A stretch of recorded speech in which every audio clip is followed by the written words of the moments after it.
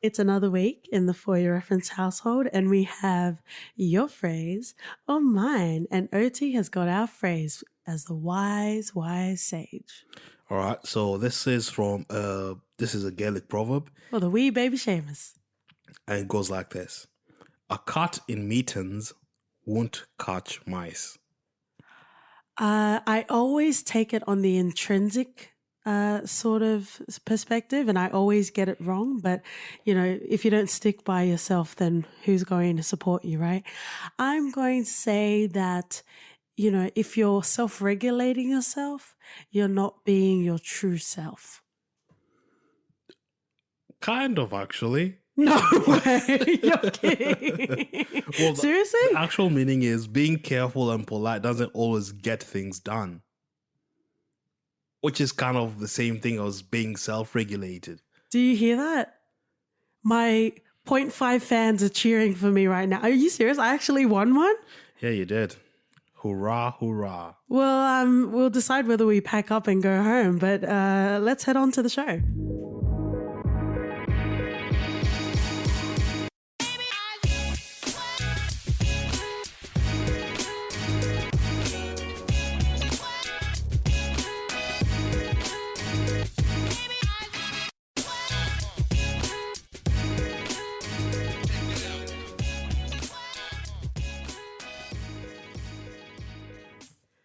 Welcome back to For Your Reference, guys. I hope you've got your paddles ready and you've got a bear claw, because today we are covering Archer. Archer, danger zone. What? If you haven't watched Archer, where have you been? We can still be friends on maybe acquaintances. How about that? But get onto it, guys. You know, we're rolling into the last season. So Archer has been out since 2009.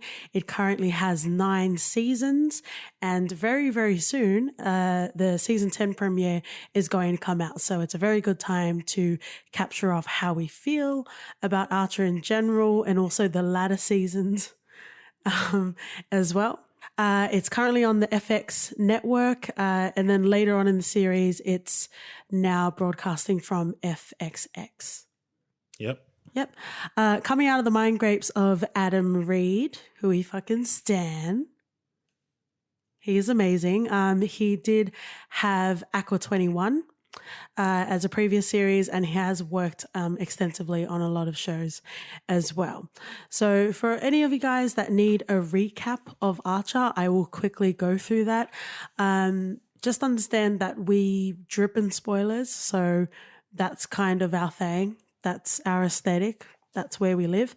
So if you haven't watched Archer, I don't think any sort of spoilers will ruin the Archer experience. It wouldn't. No.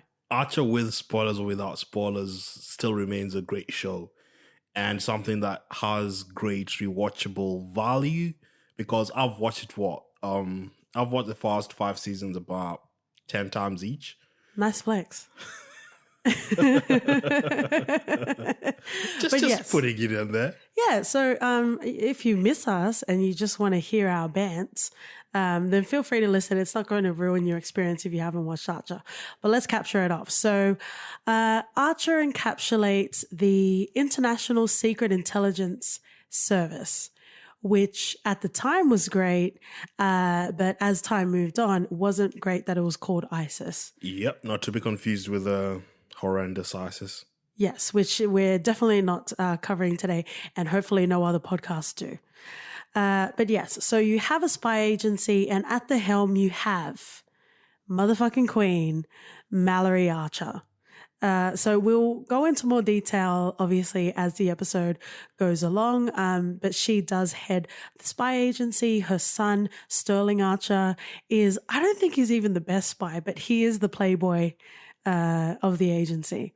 He is definitely the best spy. He's competent. He's a good spy, but he comes with a lot of complications. He does. And he comes with a lot of expenses and per diems. True that. As time goes on. But let's run through the cast while we're at it. So seasons 1 to 4 follow this format of a spy agency, and by God, if your dick wasn't throbbing, it will. It's it's painful, but it's worth it. Trust us. So playing Sterling Archer, we have H. John Benjamin. Yep. Very, very unique voice. Yeah. Who would have imagined, right? That's bloody ridiculous. Bob's Burgers, which is another one of your shows, which I'm we'll really come to. bad with voices and faces. So I think you got a great voice and a great face. when I started watching Bob's Burgers, I was like, fuck up. That's Archer, right? Yeah. So Well, it was one of those things as well because he plays the comic book guy in Family Guy, and I didn't realize that after years of watching Family Guy until I obviously watched interviews. yeah. So it's just one of those things, and then you just can't unhear it. But he has such a great voice. And dare I say, as the years go on, he's starting to look like Archer. Let's give him that much. Okay. Whatever. We love you, H. John Benjamin. We stand floats you. your boat. Yeah, the H. John SSR Martin. That's a crossover no one wants to watch. As Mallory Archer, we have the legendary Jessica Walter. I think when I rewatched Archer finally after having watched Arrested Development, because going into Archer, Which I got you to watch. Thank you very much for that as well. You're welcome. It just added a different layer to Mallory's character. And by God, it was amazing. But it's also one of those things, and I do want to talk about the influence later on in the episode in depth. But when you got me to watch Archer, I'm like, dude, this is essentially Arrested Development. And I had to get you to watch it so you could actually understand what I was saying, because I think you kind of dismiss Arrested Development as something that should be watched. And I'm glad you watched it. Yeah, I did. I'm not sure why that was. I think I just saw it as Maybe you're just a man and you don't like a woman telling you what to do. Speaking of a woman telling you what to do, we have Lana Kane, played by Aisha Tyler, who we motherfucking stan. I know I'm saying I'm standing everyone, but this cast is impeccable. The cast is sublime. Like Aisha Tyler, we've had years and years of. And she had a podcast, which I hope that she revives, because we are quite partial to the podcasts in this household, as you might know. What was it called? Self-Inflicted Wounds? Or at least she had no, it was called Guy on Girl. Or Girl on Guy. And she had a segment called Self-Inflicted Wounds, which is pretty good. You know, podcasts aren't easy to do, and she did it effortlessly. So shout outs to Aisha. You know, if you're a handful of listeners, thank you for listening. Next up, we have Cyril Figgis, played by the immaculate Chris Parnell, who also was in 30 Rock as Dr. Spaceman. He's part of the SNL alumni, and most recently he plays Jerry on Rick and Morty. Yeah. So he's kind of been typecasted as a crazy, wackadoo sort of character. Just goes with his voice, I reckon. And you wouldn't want to have him any other way. No, you wouldn't. But in the one way you want to have him, hello. And then next up on the billing, we have Pam Poovey, who's played by Amber Nash. Never really knew much about Amber Nash going into Archer. And Palm just delivers on so many levels. So good. So good. Pam is so good. It's so hard not to get into it now, but let's try and get through the cast list, yeah? We also have Dr. Krieger, played by Lucky Yates, who's a good friend of Adam Reed. One of the things I love about Dr. Krieger is he's actually not a doctor. His first name is Doctor. So experimental wildness ensues, and essentially. A possible clone of Hitler. Yes. So all of the German commentary pretty much gets pushed onto Krieger's character. There's so much to dive into, guys. So let's continue on. We also have Ray Gillette, who is played by the creator of the show, Adam Reed. The one thing I don't really like about Archer and what they've done is how much they've underutilized Ray, especially in the more recent seasons. Yeah. It just feels Ray is a really solid character and brings a lot to a lot to the show. But I think at the same time, I don't think Adam was expecting Ray to be such a pivotal character because he's not even in the action sequence. Oh, not the action sequence, the intro. He's not even credited as a character of the show. So he probably did it for shits and giggles, but then he probably, he's doing other stuff. And we'll talk about this in a second, but he started to get tired of the format of the show. That's why things keep, the timelines are moving and concepts are changing around. But yes, I love Ray's character. He's definitely one of the and there are so many fun Ray favorites. and Archer, and also obviously Ray and Mallory scenes that I do want to talk about. But let's leave the emphamancy for a second. And he also voices Bilbo, which is hilarious because Ray and Bilbo have an interchange as well. And then we also have Rest in Peace Woodhouse. Yeah. Played by George Coe, and not sure if it coincided, but George Coe sadly passed away. And that becomes a pivotal plot point for Archer. And the fact that they didn't really address it until I think it was season 8. Yeah. But way before then, I didn't even realize that Woodhouse had passed away. I think I was just so averse to Googling shit about shows. And when I hadn't seen Woodhouse in the show for several seasons, it's like, what the fuck, man? Like, he was a really solid character. Where did he go? And to later Google it and just find out that he had passed away was really gut-wrenching. I know, it was really sad. Very solid character.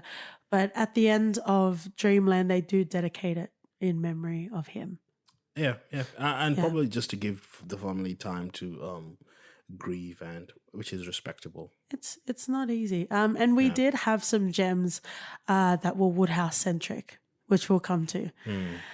And not really part of the main cast, but I did want to give a shout out to our man Barry, who's voiced by Dave Willis. How good is Barry? Is this how you get ants, Barry? Oh, yes, sir, the Barry. This is how you get ants. Just outstanding.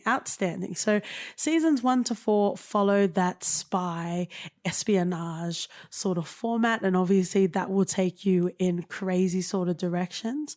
But it always had a centralized foundation for the show. Season 5 branched out into Vice, which was super cool, guy. It felt like a breath of fresh air when they did Vice. And I actually really, really, really loved Vice in how it just broke up the entire structure. Because that was the cartel, wasn't it? Yeah, it broke up the entire structure of what Archer was. And I thought, by God, they found a formula. I think like anything in life, if you've been doing something for a few years, you kind of need to shake it up a bit. Otherwise, it gets a bit stagnant. I personally could watch 100 seasons of Archer in that spy sort of format, but I do understand creatively, you might want to shake things up, so that's fine.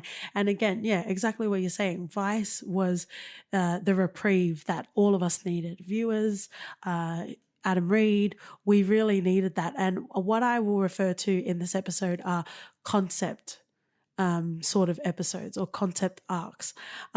Even before we got to season 5, there were quite a few concept arcs or storylines that we had, but it always came back to the centralized theme of them being spies. Having a concept season in Vice was, like you said, a breath of fresh air. What we start to see moving on in this series is it kind of you kind of lose center. Right. Yeah. So let's continue. So we have Vice, which is super cool. They're in the cartel. I think that's where Christian Slater appears, right?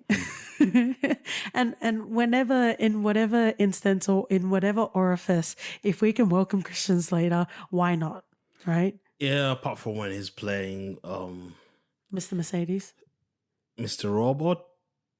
Oh yeah, sorry, Mr. Father. They're both leading creepy guys. What do you want me to do? Oh, yeah. Dime a dozen. Get it together. Yes. So in Mr. Robot, correct. But we don't need to go through that pain today. We'll just go through Archer.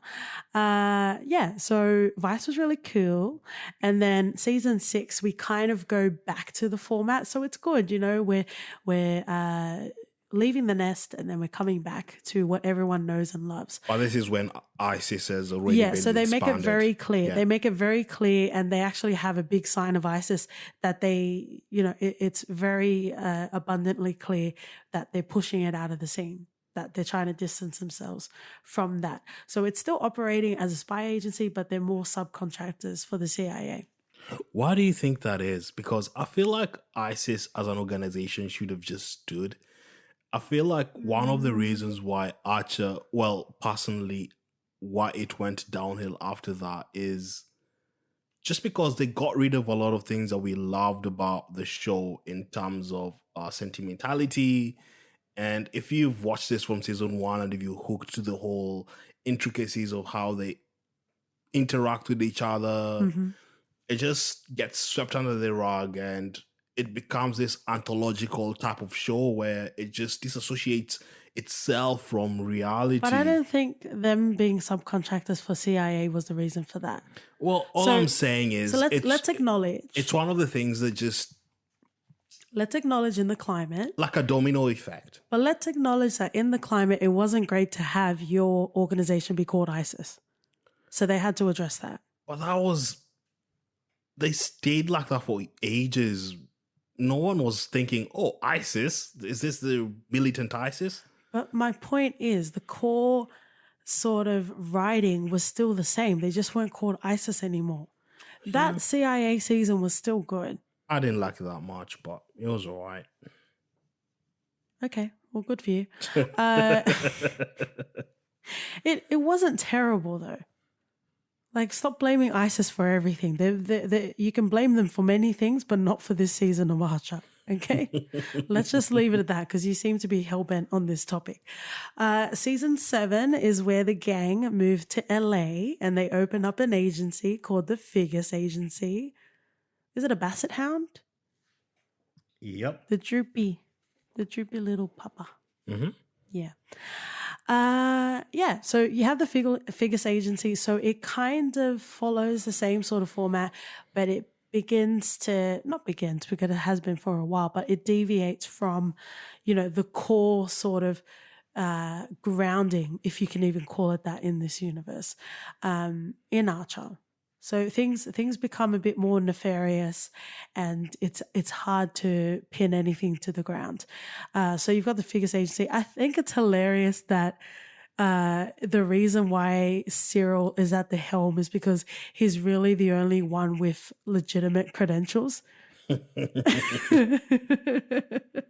say what you will about Figgis, but he's pretty solid in his work ethic and his girth. Yeah, we do know he has a big dick. Okay, well, I was trying to be a lady about it, but there you go. Ask Francois. She'll tell Hello. And then from season 8 to season 10, we have, like you said, it's essentially an anthology sort of approach. It's all within a dream sequence of Archer being in a coma, because if you've watched the end of season 7, obviously spoilers, if you're still here, this is on you if you haven't watched it, where Archer gets shot in the pool. So he's in a coma. Season 8 captures Dreamland. Full disclosure, we gave up and we kind of stopped watching Dreamland. Let's not lie to our friends. Yeah. So it took a lot of breaks to watch episodes back to back. We didn't even finish. Yeah, we'd watch half an episode and just stop it and come back to it months later, to a point where we've not even really finished watching the whole of season 8. And also season 9, Danger Island. Hopefully that will change with the most recent season and just see how that goes with this final stretch. Yeah, and then it's quite ambiguous, but season 10 will capture Archer 1999, which I believe is a reference to a TV show called Space 1999. I do apologize. It's kind of before my time, guys. But yeah, it's Space Ghost? no, not Space Ghost, but that is Adam Reed as well. He contributed to that. But yes, so it's kind of a sci-fi 70s, 80s sort of sci-fi world. People are calling it the last season, but it might not be. The actual source that we have is that Adam Reed will not continue after season 10. So that doesn't mean it's the last series. And we know in the past with, Community, for example. I was going to say the same thing. Yeah, like when the creator leaves, the show should die. But, when a dime is to be made, it will continue, unfortunately. True. And actually something that could continue theoretically for ages on. And I would continue watching if they found a basis where it's not this anthological thing and stories actually do matter. Sequences that happen throughout the whole show get carried into a new episode, a new season with causes and effects rather than it just being someone's dream. Because I used to be beaten so much as a kid when I wrote a composition or a story and then at the end I finished it off as it was just a dream. It was all a dream. Did you used to read Word Up magazine? Yep. So with Salt and Pepper in the limousine. Every time I watch a story like that, I just get twitches and it's uncontrollable and I just feel like nervous, really. Maybe you should write produced and directed by M. Night Shyamalan and then you'll get an A. Yeah, probably. Do you think we'll ever cover M. Night Shyamalan in this podcast? Probably in his I haven't watched The Sixth Sense, as you know. We wouldn't cover Sixth Sense because what I find interesting is if we could talk about his Unbreakable universe, like there's Unbreakable, Split, and Glass. Do you remember watching or trying to watch Glass? I remember watching, but it will be so interesting to try and delve into what made it tick and how he could have done it better. Send your votes for an OT-only episode on... Oh, we could just cover The Last Airbender if you want. Yes, please. Can we do that? Oh my God, I need way more wine if we're going to do that. Or maybe something stronger. Jesus Christ. So let's go back. Let's go back to Archer.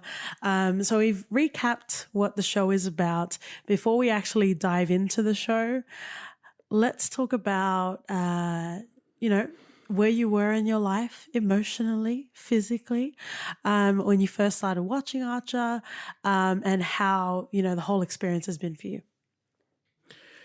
So I didn't start watching Archer when it first came out. I think I had like 4 seasons to catch up on. By the time I realized there was a show called Archer and it was amazing. So I think how I stumbled onto Archer was reading Ars Blog, which is an Arsenal-based news site that just covers everything. And he usually just drops gems of what he watches and stuff. And he dropped a gem for Archer. And I was like, oh, I'll give it a go. So I got the first, I think, 3 seasons and just watched back to back on repeat for, I think, 3 weeks straight. And where did you find Archer, sorry? Ars Blog. Which is a football blog? Yes. Which is what you've been telling me for years. And I'm just going to believe you. For the sake of our foundations, I will believe that that's what Ars Blog is.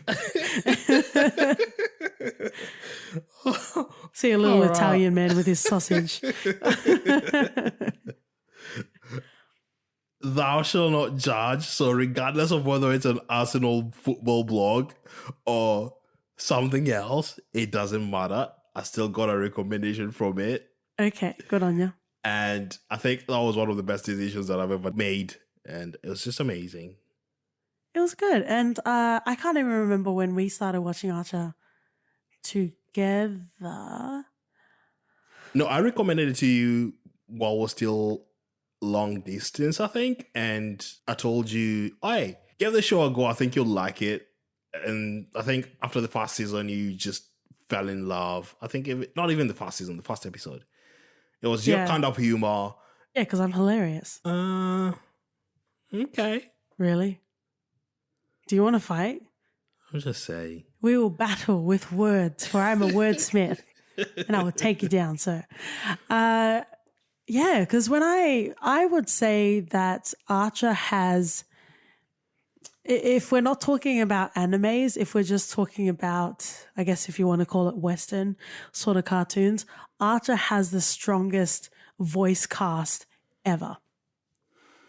It does. Everyone has distinctive voices, and as soon as you hear them, you know some nonsense is going to come out, but you're going to enjoy it. True. I could close my eyes or be blindfolded and listen to Archer. Or if Archer was a podcast, I would understand everything that's happening and who's who and just get into the complete vibe of what And Archer is. I think that was part of the catfish because, sorry, H. John Benjamin, but, you know, not knowing what he looked like and just hearing the voice of Archer and how beautifully it married together with the cartoon, it just, I would watch interviews of H. John Benjamin and my brain would be stuck on 5% loading. Like I just couldn't comprehend that this was Archer. I thought it was just someone making up a voice. Like I didn't think it actually talked like that. And to hear interviews of him, not it. It's so surreal, right? It's amazing, and I think one of the things in regards to H. John Benjamin is the voice that he offers in regards to Archer. He has this vulnerability about him, and you kind of need that when you have a show where the protagonist gets into all sorts of frivolity.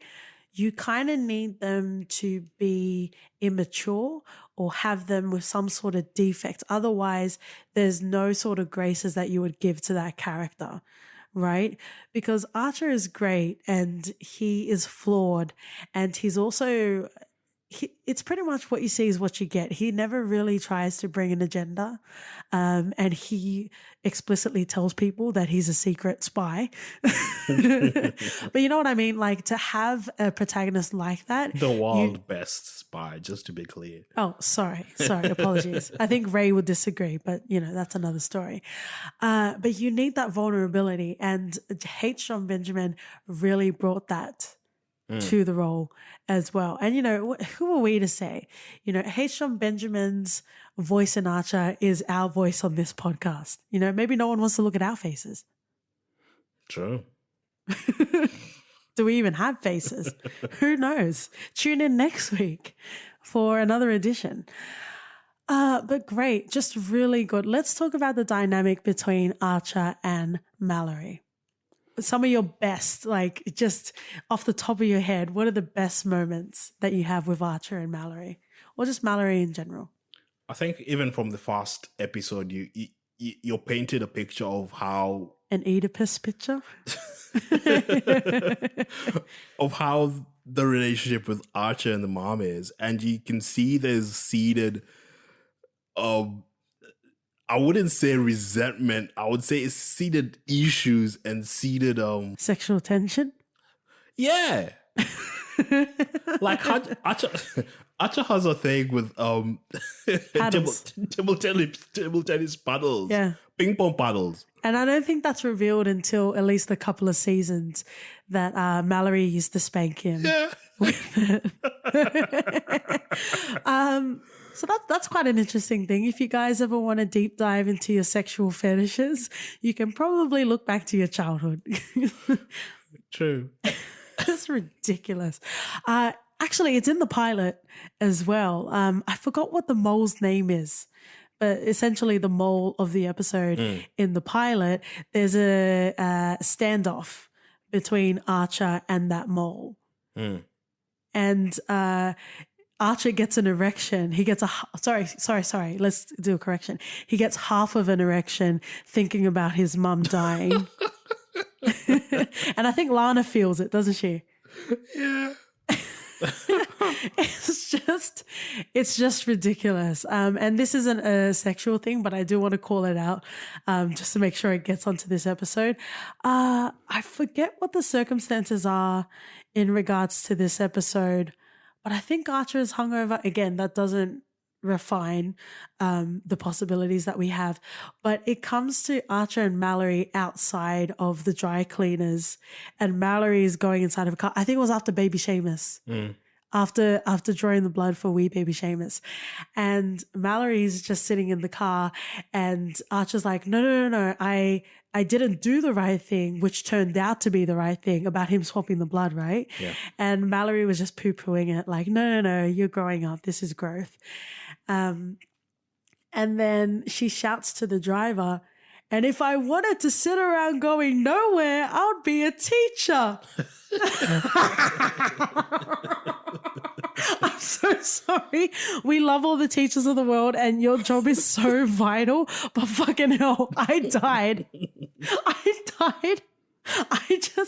There are some really, really hilarious, and the part of what makes it hilarious is you shouldn't be laughing at it, and you start to reflect on how rubbish of a person that you are. True. Fucking hell, man. One of the best things. Let's triangulate. So we've got Archer, Mallory, and Ray in one of my most favorite scenes in Archer. Archer was in Mallory's office and he was looking for something. Do you remember what he was looking for in the drawers? Vibrator. Oh, no. He was looking for keys. In storytelling, you have what's called a setup, a build-up, and a payoff. And you pretty much destroyed that. But yes, what was he looking for? Why bother? I got excited. You are so season 8 Archer right now. I got excited. Excuse me. Okay. I think it had to do with Nikolai Jakov, possibly.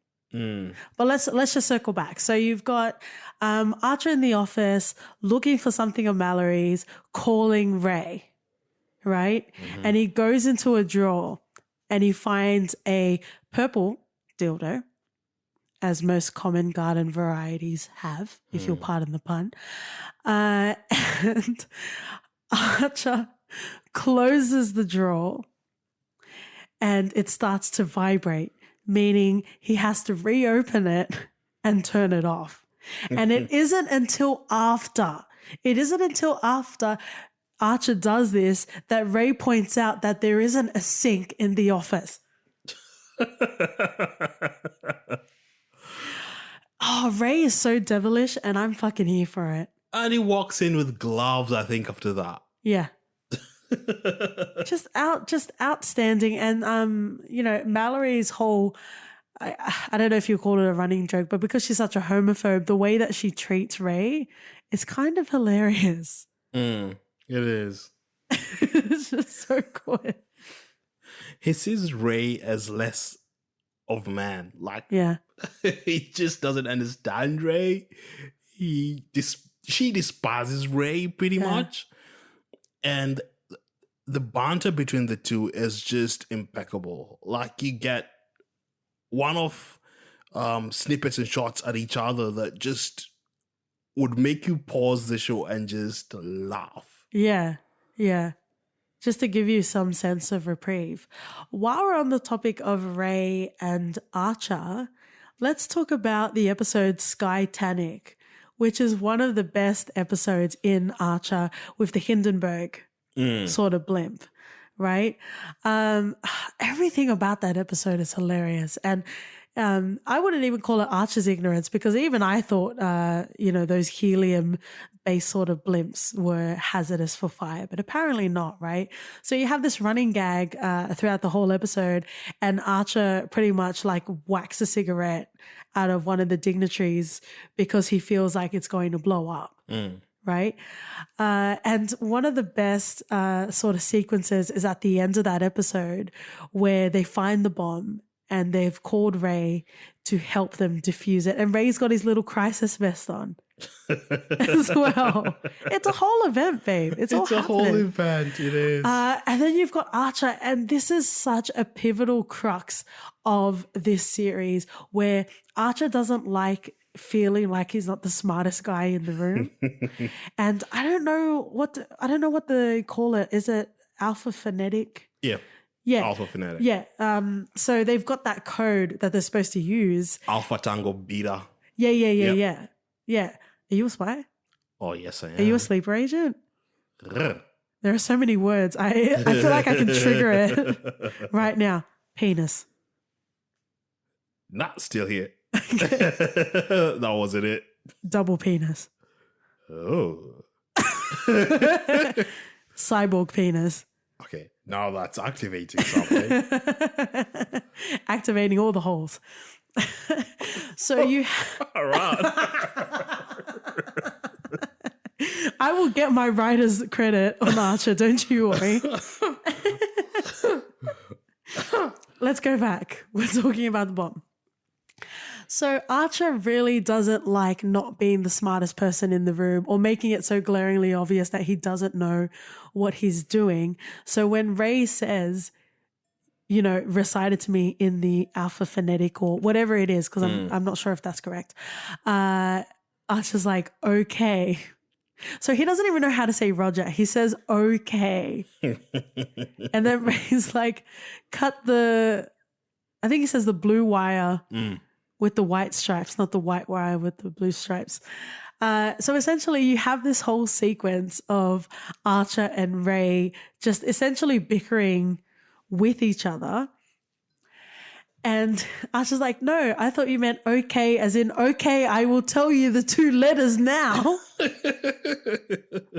And then you have him reciting the letters, and then he says, N for, well, what we thought was Nancy, but it kind of breaks the audio. So the first letter is actually dropped off. And then Archer says, you know what I'm talking about. And naturally, everyone thinks it's Nancy. Yep. Until we get to the end of it, and it's Mancy. So it's some homophobic term that only Archer uses for himself. And then, you know, even during that call, Ray's like, Archer! And Archer's like, what? He's like, you see how annoying that is?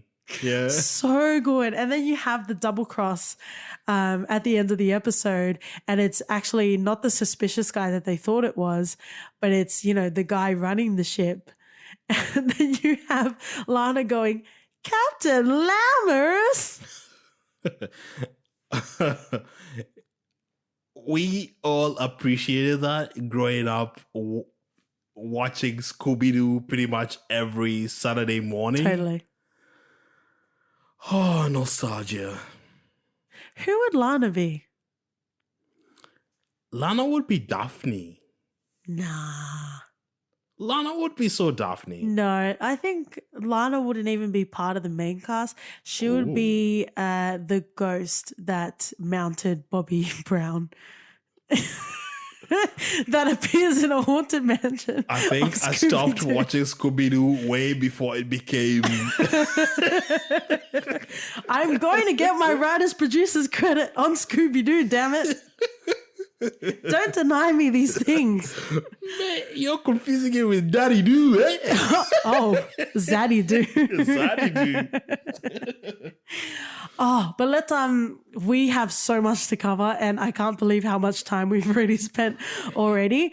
But still within Skytanic, we have the running joke with Mallory and Trudy Beekman. So essentially the foundation of this episode is non-existent, because you have the gang, you know, trying to defuse the bomb threat, and Mallory's like, no, there's no bomb threat. She just so casually throws it away, like, of course, like, I got you guys a free holiday, like, come on now. It's like, oh, you know, I don't know if this Trudy Beekman can give her a room up. Oh, one of the best things. It really is. How sheer... I'm Judy Bickman. She's probably like a normal person. She's probably not that bad. I think one of the best things is they've not shown Trudy Bickman at all. So it's all in our imagination. We have all that truly big man in our lives that we just hate every single thing they say, they do. Oh, and yeah. if those Just ever breathing is you're like, infuriating. Yeah. so I think that was one of the best decisions they made. Like, not truly big man can be anyone. It represents anyone in your life, just who irritates the hell out of you, and you Yeah. can resonate. Yeah. You can relate. Just amazing, just great stuff. But Mallory is so solid. And you know what? In all of our episodes, you will hear me say, I don't want prequels, I don't want sequels, but I would kind of be down to see Mallory Archer in her peak. True. Right? We did get glimpses of her peak during the show, especially when she was pregnant with Archer and she was running for safety and Woodhouse, and how they met Woodhouse. So that was quite an interesting Reggie's story. bar. Yeah. And when Mallory had the baby, Woodhouse was like, can you name it Reggie? She's like, nah, that's too gay. Do you know any Reggies? No, I don't think so. I don't know any I think Reggies. it's a generational name. I'm thinking I have not met a Reggie at all. Far out. If you're a Reggie out there, reach out. Yeah. Right? Yeah. What a rare specimen. I think there were a lot of Bradleys growing up. Stevens, Michaels. Yeah. So who in the main cast do you want to talk about next? Cyril? Cyril Figures. It's a great Wi-Fi name, by the way. It is. What do you? Okay, let's capture off because there's so many characters, and I want to make sure that they at least get some sort of love. So let's talk about our favorite moments or quotes from each character. So let's start with Cyril. I didn't think much of him when the show started. Okay. And then slowly, he became a bigger part of the show and part of the cast. And you could see him being written more into the story. Yeah. And he just became this guy that you feel sorry for. Which I don't get because he's got a big dick. Like he's operating like he doesn't. But he doesn't have that big dick energy. No, he doesn't. Unless he was treated like he was ugly and useless in his childhood. Yeah. Oh, actually, no. Remember there was a flashback where he disappointed his dad with onomatopoeia. Oh, yeah. And he started... And he got stopped on the P. Yeah, yeah. And he peed himself. Yes. Oh, man. So maybe that's where it became undone. He always wants to get recognized for his talent and his He's skills. kind of a psycho, though. He is a psycho. And he is a weak link because I forget what the episode is called, but it's the the pirate virus. He was the weak link in that episode. And even when it came to a standoff where we had Archer and those sexy girls, and Cyril was the only one with a gun, and he closed his eyes and he started shooting. Fucking useless. He was left field when they tried to make him into an agent because far out, if there was anyone not suitable to be an agent, it's Cyril Figures. He's the one that needs to be behind the desk all his life. He's the Hank from X-Men. Yeah, he's the smarts. Yeah, behind the operation. Does he even have good ideas most of the time? No, he's a drone and he lives his best drone life. Hank is kind of clever. Hank is clever, actually. Oh, I thought we were talking about Cyril. Well, I'm just saying. It's the same thing. Like, you compared him to Hank and I thought, might as well. Hanky wank? Yep. That must be painful. Jesus Christ. Just jacking it. Oh, actually, can we talk about this before we run out of time and have to go to other characters? There's the sequence where eventually we find out that Carol, now Cheryl Tunt, is the, what do they call it? Inheritess? Whatever. Her parents are super, super rich and they died, and she's mega, like, shouldn't even be a receptionist. Shouldn't even walk. Right. But then through the sequence and through the chaos, Cyril decides that he's going to kidnap Cheryl, and he uses the voice modulator. Yeah. Do you remember? Yep. I And remember Lana's that. like, you might need to turn it down. And then Mallory starts talking to him and he's just like, just jacking it.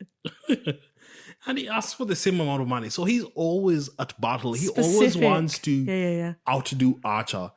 And Archer some things come so simple to Archer, like Stuff Friday. Oh. Stuff Friday is like, he didn't even think of that. What would you call it?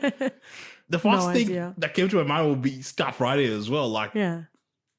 what else I would guess it he's be? not creative. But yeah, Cyril's definitely got a big chip in his pants.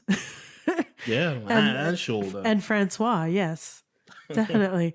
But oh man, there's so much. But let's continue to other characters. But Cyril is one of the best. And because I knew him as Dr. Spachemin from 30 Rock, I got even more giddy just listening to him as Cyril Figgis. Who else? Pam? Pam. So Pam was brought up in a dairy farm. Yes. And she has superhuman strength. But you know what I really love? when she needs it. Even from the pilot, we got an inkling of where we're going to go with her character. Not to the extent of her being in a fight club, but we had her with the dolphin puppet talking about sexual assault. Yeah. And even from the first episode, you never know when a episode, gang rape is going to happen. All right. and even from the first episode, it was made quite clear that you should never tell Pam anything. Because she'll start telling everyone the same. Immediately after she's learned the information, she'll pretty much blog it. And for the most part, the main cast of Archer, I guess what the saving grace for the main cast of Archer is they're fucking terrible people. So all of the misfortunes that happen to them are hilarious and we're there for the ride. But I genuinely feel like Pam is a good person. She's just really bad at helping people. Yeah, I think you're right. She's a good person intrinsically. Like, she's not self-centered like Archer or everyone else.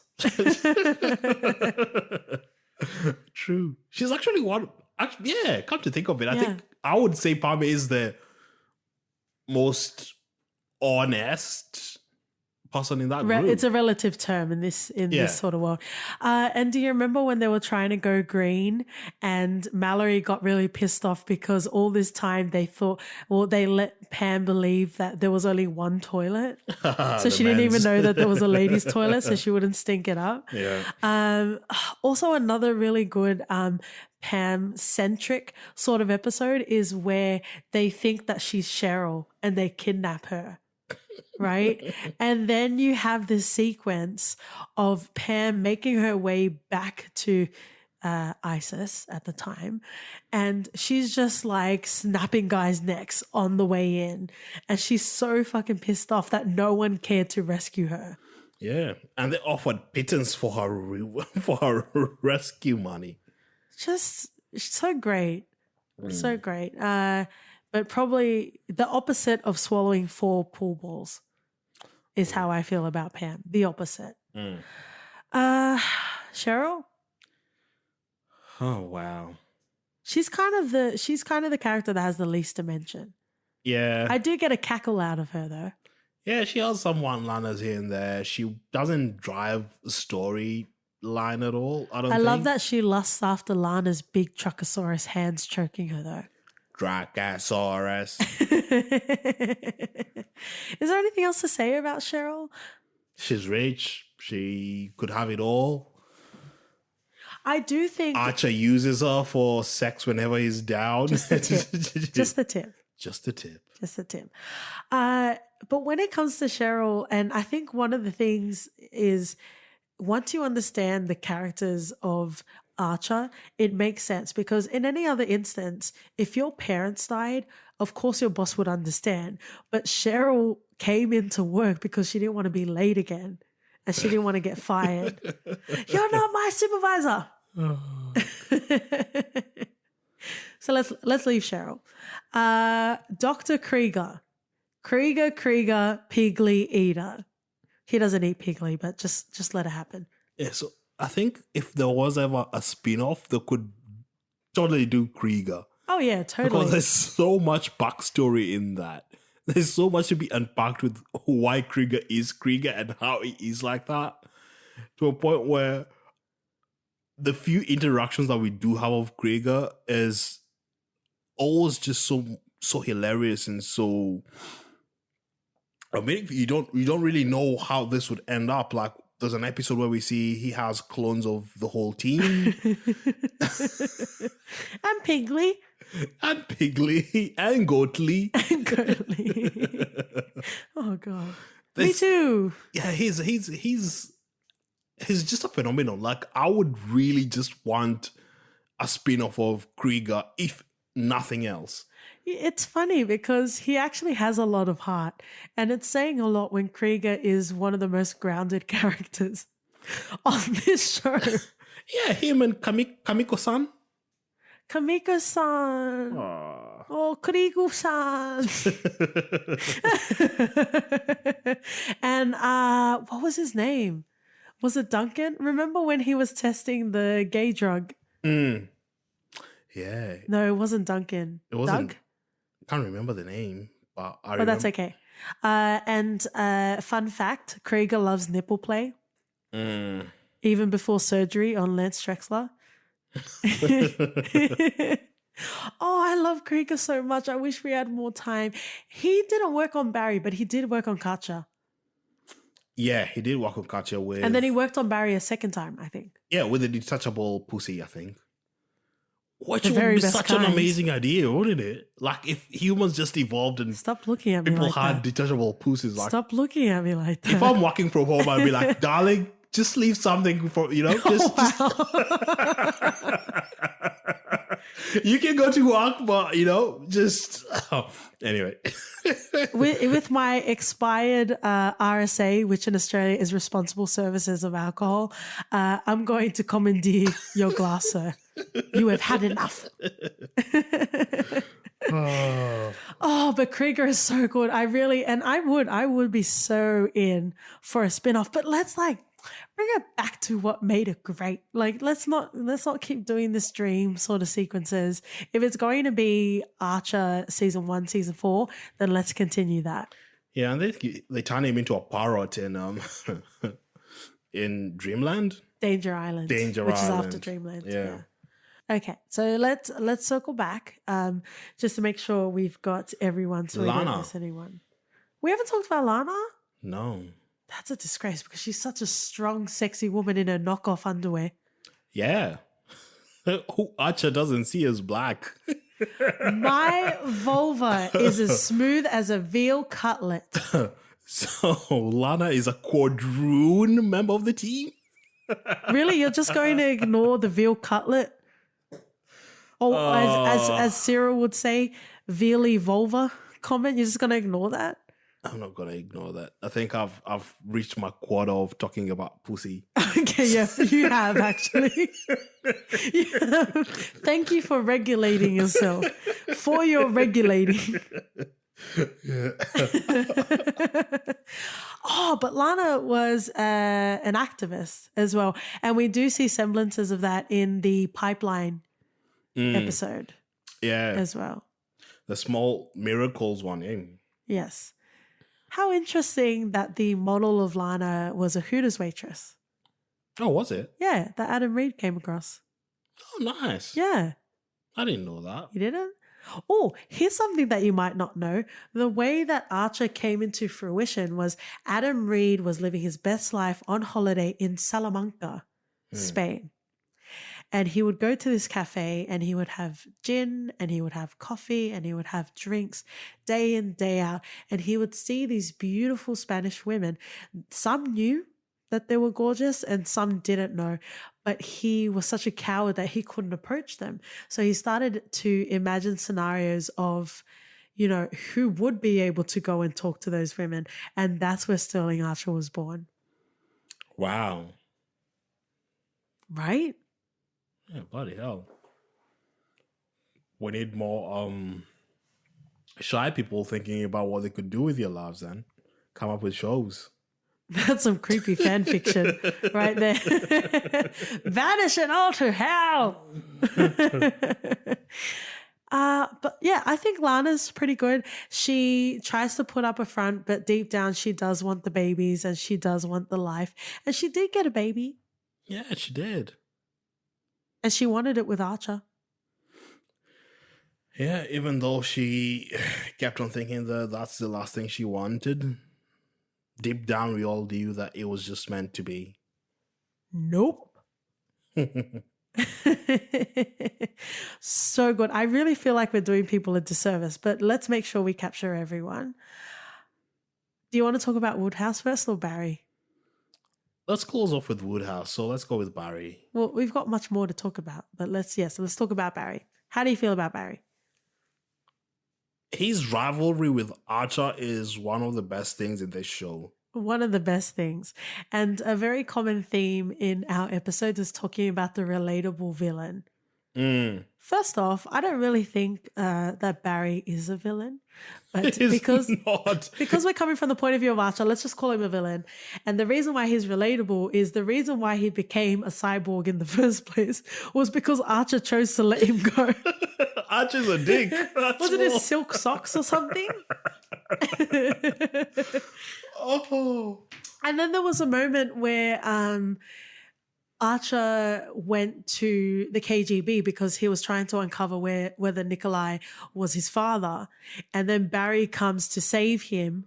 And then they're just running away. And Archer's like, wait. And Barry's like, what? He's like, oh, I just want to beat you. And he starts running in front of Barry. It's so fucking petty. And I think in some sort of way, Archer lives out his sibling life like a brother through Barry. But man, he does him dirty so much. In that same episode arc, he does leave Barry to fall again. Yeah. He does. And even in there, and that's why he turns into a cyborg. Yes.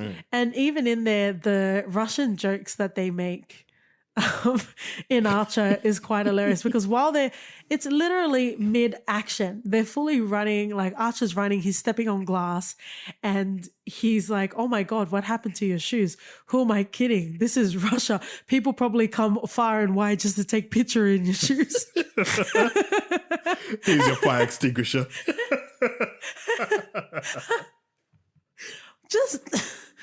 Just wow. Just so much. There's so much to this series. And, once season 10 wraps up, we'll definitely have to do a capture off for that because we're not going to be able to cover that all. And it makes me sad, but let's continue. Do you want to talk about Woodhouse as the last thing we talk about? Yeah. Because there's a few other things that I want to capture off as well. Okay. Aside from the Rampage episodes, which happen in season 2, episode 8 and episode 9, stage 2 and placebo effect. Aside from that, my favorite story arc in Archer is Heart of Archness. That happens. And that's in season 3, episode 1. And if you've listened to any of our other podcast episodes, you will know that we are purveyors in the English language. Sometimes we don't execute it right. Sometimes it's semantics, but we do love it. We even have your phrase or mine, which essentially is a nice little titillating section about words and what they mean and whether they translate or not. And Heart of Archness really satisfies me in all of those ways because it essentially hinges on idioms. And then you have Noah, the sorry excuse of a male. I'm not even going to say man. Where you have, I think it's in either episode 2 or episode 3, where Archer comes out to the courtyard and Bucky is proselyting some sort of nonsense. And Archer's asking what's going on, and Bucky's like, we hold direction for the king. But that's not even the funny part. Archer goes, I'm flattered, but that's not necessary. How indulgent are you? right? But in any case, Archer tries to reaffirm and reassure the village that his interests coincides with the common people. And he kept using idioms. And I was like, do you not understand what an idiom is? And I think he said a colloquial metaphor. Yeah. For all of the times for Archer to be correct, that was the moment. That was the moment right there. And one of the other idioms that I really, really just died was when Mallory first finds out that Archer is in trouble with the pirates and Bucky is talking to Mallory. Dynamic duo. Can I just say they can have their own spin-off? And Bucky's saying that he wants a ransom and Mallory's essentially trying to threaten him. And she said, "You better sharpen your pencil, buddy." And Bucky goes, "What's a pencil?" Oh my God. I die every time. Okay. Have a breath. We are going to do a speed round of minor recurring characters. But before we do that, are there any other episodes that you want to do a quick shout out to that you really loved about Archer? Nothing on the top of my head. A couple of episodes that I just want to capture off before we talk about minor, and then we'll finish off with Woodhouse, so we've talked about stage 2 and also placebo effect. So that's when Archer finds out that he has breast cancer. He beats up Brett. because Brett laughed. No, because it's kind of hilarious that Archer has breast cancer. And he really thought that Archer was joking. And it was such a somber moment. And Archer was even bequeathing gifts to his friends. And he was even about to give Brett one. And Brett really got a beating. Like, he just really got a beating. And then I can't remember what the villain's boss is. But remember he shoved like the pool stick up his ass, and then he decided to take his chemo drugs mid rampage. If you've listened to our podcast, more often than not, we have referenced Rampage in some sort of way. So that's how Archer has peppered our lives. We've also got season 2, episode 1, Swiss Miss, which has, is her name Ivanka? How you need to pull it on the thrust on his Wilhelm. Yeah. I think her name's Ivanka. Well, in any case, you have an underage girl. And even within that arc, we have a lady and twins.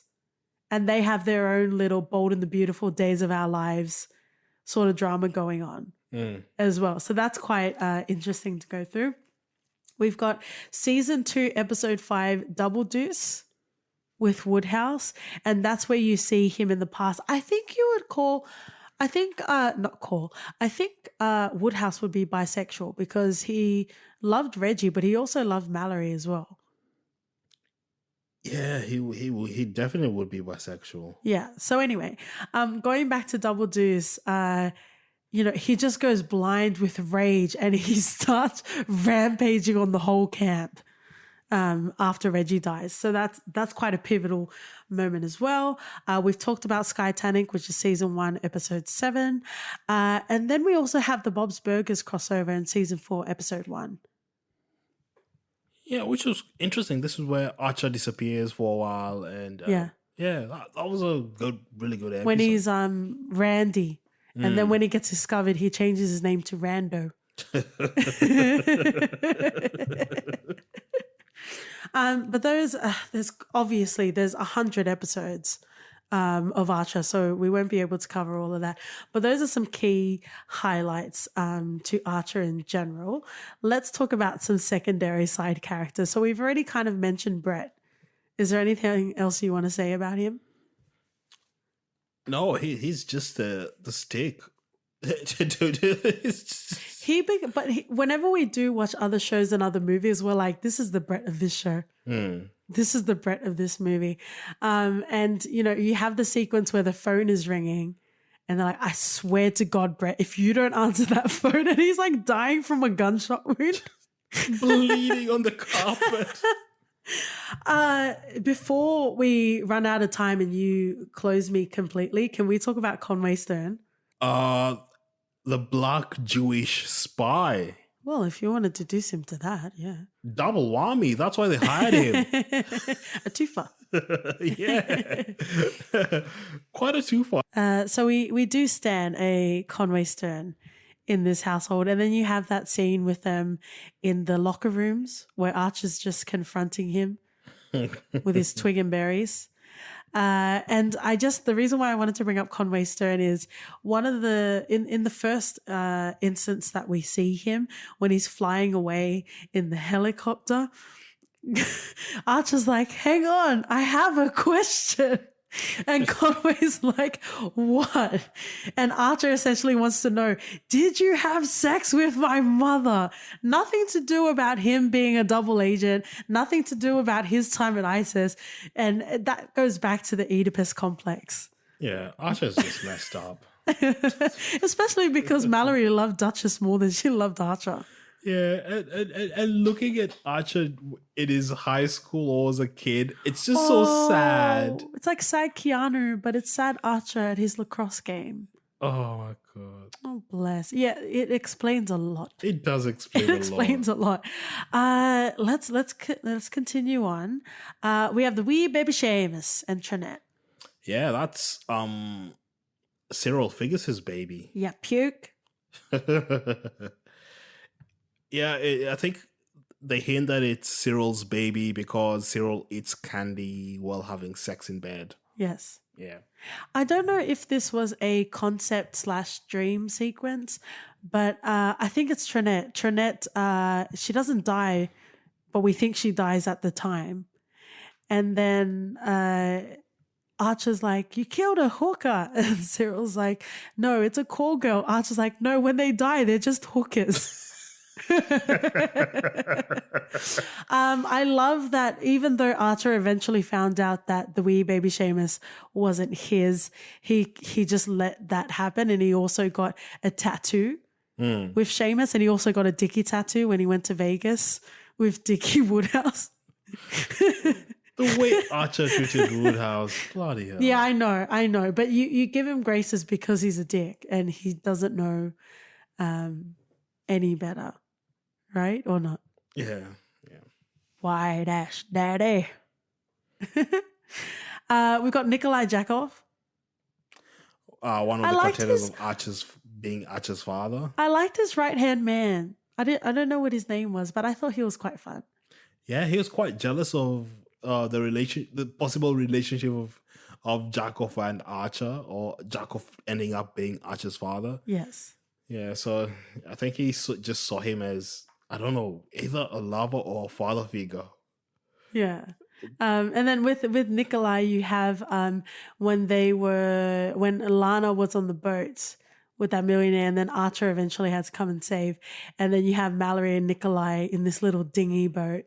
And Nikolai is like, why must you micromanage? That's my attempt at a Russian accent. You're welcome. We also have Rip Riley, who I just wanted to make sure we mention with his use of the term ruse. He's also our Joe Swanson on Family Guy as well, so we do appreciate that. We talked about Christian Slater. I also think Hector deserves a shout out as well. He's the undercover agent that died because Archer called him. So let's pour some soup on the concrete for Hector. We've also talked about Noah as well. We talked about Kamika-san. We've also talked about Katya. Who we haven't talked about, which we should get a little bit of our time, is Babu. Oh, Babu. That's Cheryl's pet ocelot. Yeah. Wow. How many episodes does he even appear in this? I don't even think it's not a much, lot. Yeah. Probably more than Tenten in Naruto. Oh, wow. Tenten did not get any love at all. And she won't get any more love because we're running out of time. Let's finish off with Woodhouse. Woodhouse gave us so many good memories. his relationship with Archer, his love for Archer. He pretty much brought Archer up, He did. raised Archer, and Archer doesn't see him as anything more than a Because he was spoiled. yeah, true. Which is sad. But Yeah. I think in season 8, when they go, Archer tries to find Woodhouse, we go to see that how much Archer really did care about him. And Scavenge is around trying to find what happened to his partner. And I think that was quite a fitting dedication to Woodhouse as a character and to their relationship together. Regardless of however much Archer did mistreat Woodhouse, Yeah. there was still that bond and there was still that love that they would do pretty much anything for each other when it came down to it. And no one's perfect, and we demonstrate love in different ways. Definitely. Yeah. So that's it. I'm glad you wanted to end it on a sad note. For all the laughing that we did, we ended on a very sad note. Oh, something that I don't think you realized, they had I think it was a 2-episode arc in the submarine with the lady that said, "I'm a sexual being. If that bothers you, so be it." The captain was John Hamm. I don't know if you knew that. No, I didn't. I Right? can't recognize John Hamm's voice. How dare you? Even sometimes I can't recognize his face, so there you go. Wow. We talked about Halle Berry last week, and now you're all up on your ghoulies, hey? Just say. Christ. How dare you? How dare you? I will fight you. So let's end before someone else has ended in a second. For your reference. So I would recommend Bob's Burgers. It has H. John Benjamin as Bob, and it's a witty cartoon that you could try and sink your hooks into the voice of Archer if you want to keep a hold of him a little bit longer, like I did. It's a solid show with really great characters and great storylines, and you'd fall in love with all the singing. Kill the turkey. Pass the cranberry sauce. And mashed potatoes. Yeah, Okay, I think that's enough before we get copyrighted. I don't know what the law is. What about you? I will reference one. So Adam Reed has made it very clear that he does draw influences from other places. And he said to explain Archer or to describe Archer to someone, it's a mix between James Bond, which we don't acknowledge in this household because Idris Elba is not James Bond, so we're not talking about that. But James Bond and Arrested Development. If you have not watched Arrested Development, we can still be friends, but you need to promise me you're going to watch Arrested Development, and one of these days we're definitely going to do it. And there's always money in Banana Stand. Always money in a banana stand. And it's the final countdown to the end of the show. And here we are, guys. Thank you so much for listening. I don't think you guys appreciate how much we love to hear from you and to, get your feedback in regards to our show. You can catch us on Twitter, Instagram, and now Facebook. We're trying to get more active on Twitter and Instagram. We're For Your Ref Pod. And you can write us an email on hello@fyrpodcast.com. And you can also leave us a review or a rating on iTunes. Would very much appreciate that as well. Yeah, thank you so much for writing in, and thank you. See ya. You'll all have holes. Not my holes. Bye.